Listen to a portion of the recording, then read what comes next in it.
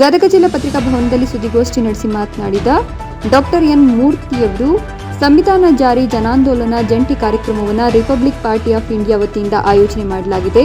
ರಾಜ್ಯದಲ್ಲಿ ಭೀಮಾ ಜಾಥಾವನ್ನು ಹಮ್ಮಿಕೊಂಡಿದ್ದು, ನಮ್ಮ ಪಕ್ಷದ ವತಿಯಿಂದ ರಾಜ್ಯದ 28 ಕ್ಷೇತ್ರಗಳಿಂದ ನಾವು ಅಭ್ಯರ್ಥಿಯನ್ನು ನಿಲ್ಲಿಸುತ್ತೇವೆ. ಕಾಂಗ್ರೆಸ್ ಮತ್ತು ಬಿಜೆಪಿ ಇಬ್ಬರು ದೇಶವನ್ನು ಹಾಳು ಮಾಡಿದ್ದಾರೆ. ಕಾಂಗ್ರೆಸ್ ಪಕ್ಷ 99% ಸಂವಿಧಾನ ತಿದ್ದುಪಡಿ ಮಾಡಿದೆ. ಕಾಂಗ್ರೆಸ್ ವಿಷಸರ್ಪ ಇದ್ದಂತೆ ಅಂತ ಮೂರ್ತಿ ವಿಷಾದ ವ್ಯಕ್ತಪಡಿಸಿದರು. ದೇಶದ ರಕ್ಷಣೆ ಸಂಬಂಧಪಟ್ಟಂತೆ ದೇಶದ ಜನತೆಗೆ ನಮಗೆ ಪ್ರೋತ್ಸಾಹ ನೀಡಬೇಕು.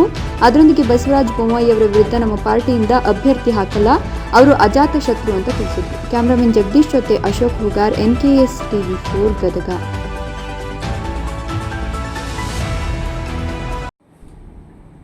ದೇಶದಲ್ಲಿ ತೀವ್ರ ಬಡತನ, ನಿರುದ್ಯೋಗ, ಹಾಹಾಕಾರ, ಅಸ್ಪೃಶ್ಯತೆ, ಅಸಮಾನತೆ ಮತ್ತು ಭಯೋತ್ಪಾದನೆಯಂತಹ ಕೃತ್ಯಗಳು ತೀವ್ರಗೊಂಡಿದೆ. ಸಂವಿಧಾನ ಬದಲು ಮಾಡಕ್ಕೆ ನಾವು ಬಂದಿರೋದು ಅಂತ ಬಿಜೆಪಿಯ ಅನೇಕ ಸಚಿವರುಗಳು ಹೇಳ್ತಾ ಇದ್ದಾರೆ. ಅಲ್ಪಸಂಖ್ಯಾತರು ಭಯಭೀತರಾಗಿದ್ದಾರೆ.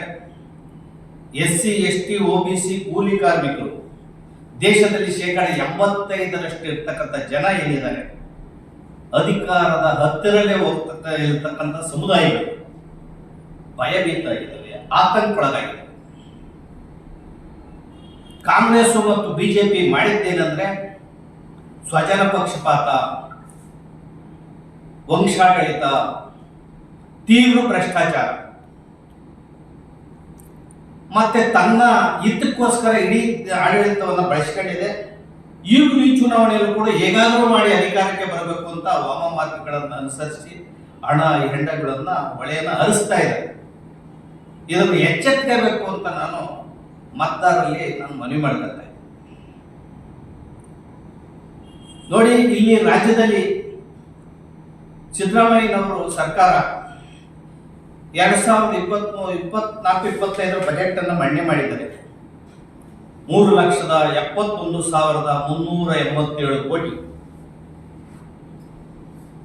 ಅದರಲ್ಲಿ ಪರಿಶಿಷ್ಟ ಜಾತಿಯವರಿಗೆ 27,674 ಕೋಟಿ ಕೊಡ್ತೀವಿ ಅಂತ ಹೇಳಿದ್ದಾರೆ. ಸಮಾಜ ಕಲ್ಯಾಣಕ್ಕೆ 13,334 ಕೋಟಿಯನ್ನ ಕೊಟ್ಟಿದ್ದೀವಿ ಅಂತ ಹೇಳ್ತಾರೆ.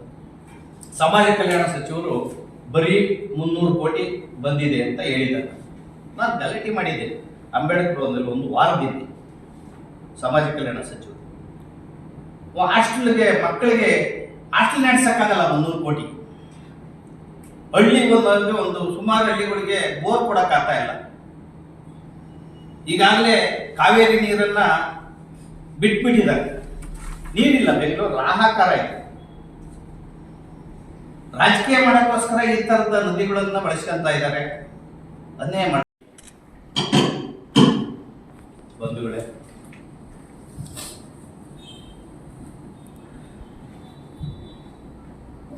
ಕರ್ನಾಟಕ ದಲಿತ ಸಂಘರ್ಷ ಸಮಿತಿ ಮತ್ತು Republican Party of India B ದೇಶದ ಸುಮಾರು 7 ರಾಜ್ಯಗಳಲ್ಲಿ ಈಗಾಗಲೇ ಪ್ರವಾಸವನ್ನ ನಾವು ಮುಗಿಸಿದ್ದೀವಿ. ಕರ್ನಾಟಕದಲ್ಲಿ 18ನೇ ತಾರೀಕಿಂದ ಪ್ರವಾಸ ಆರಂಭ ಆಗಿದೆ. ಮೊದಲನೇ ಹಂತವಾಗಿ 13 ಜಿಲ್ಲೆಗಳು ಪ್ರವಾಸವನ್ನ ಕೈಗೊಂಡಿದ್ದೇವೆ. 28 ಕ್ಷೇತ್ರಗಳಲ್ಲೂ Republican Party of India B ಅಭ್ಯರ್ಥಿಗಳನ್ನ ಹಾಕ್ತೇವೆ.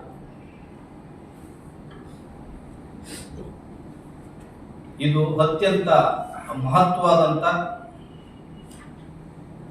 ಲೋಕಸಭಾ 17ನೇ ಲೋಕಸಭಾ ಚುನಾವಣೆ. ಈ ಚುನಾವಣೆಯಲ್ಲಿ ಮತದಾರರು ಅತ್ಯಂತ ಪ್ರಬುದ್ಧತೆಯಿಂದ ಮತವನ್ನು ಚಲಾಯಿಸಬೇಕು ಅಂತೇಳಿ ವಿನೀತವಾಗಿ, ವಿನಮ್ರವಾಗಿ ಮತದಾರರಲ್ಲಿ ಮನವಿ ಮಾಡ್ತಾರೆ. ಮದ್ಯಕ್ಕೆ, ಹಣಕ್ಕೆ ತಮ್ಮ ಮತವನ್ನ ಮಾರಿಕೆ ಮಾಡಿ ಸಮಾಜದ ಒಳಿತಿಗೆ, ದೇಶ ರಕ್ಷಣೆಗೆ ಕೆಲಸ ಮಾಡುವಂತಹ ಅಭ್ಯರ್ಥಿಗಳನ್ನು ಆಯ್ಕೆ ಮಾಡಬೇಕು ಅಂತ ನಾನು ಮತದಾರರಲ್ಲಿ ಮನವಿ ಮಾಡ್ತೇನೆ. ಈಗಾಗಲೇ ಸ್ವಾತಂತ್ರ್ಯ ನಂತರ 77 ವರ್ಷಗಳು, 4.5 ದಶಕಗಳು, 7.5 ದಶಕಗಳು ಆಡಳಿತ ಮಾಡಿದಂಥ ಕಾಂಗ್ರೆಸ್ ಮತ್ತು ಬಿಜೆಪಿ ದೇಶದಲ್ಲಿ ಯಾವುದೇ ಕ್ರಾಂತಿಕಾರಕ ಬದಲಾವಣೆಯನ್ನು ತರಲಿಲ್ಲ. ಸಂವಿಧಾನ ಜಾರಿಯಾಗಿ 75ನೇ ಸುವರ್ಣ ಮಹೋತ್ಸವವನ್ನು ಸರ್ಕಾರ ಆಚರಿಸಿದೆ. ಸಂವಿಧಾನ ಜಾರಿಯಾಗಿಲ್ಲ. ಸಂವಿಧಾನದ ಆಶಯಗಳು,